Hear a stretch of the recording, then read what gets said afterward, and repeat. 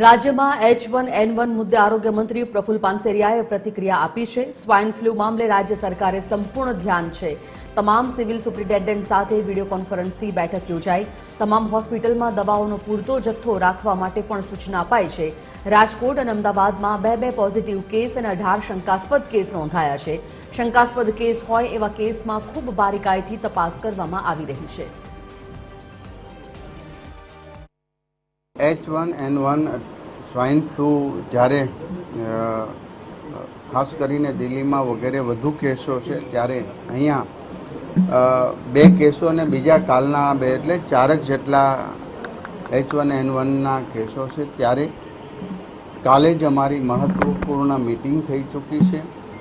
તમામ civil superintendent અને government હોસ્પિટલમાં આની જાગૃતતા માટેની વિડીયો કોન્ફરન્સ પણ પૂર્ણ કરવામાં દરેક જગ્યાએ શંકાસ્પદ કેસ હોય તો તુરંત જ એનું નિદાન થાય।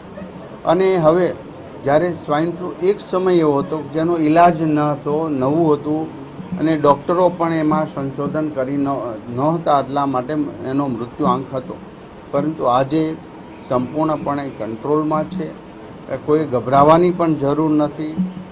જેને આમ કહેવાય હવે H1N1 ને કારણે કોઈ ગભરાટ ફેલાવવાની જરૂર નથી, પણ જાગૃતતા લાવવી, સાવચેતી રાખવી એ બહુ જરૂરી છે।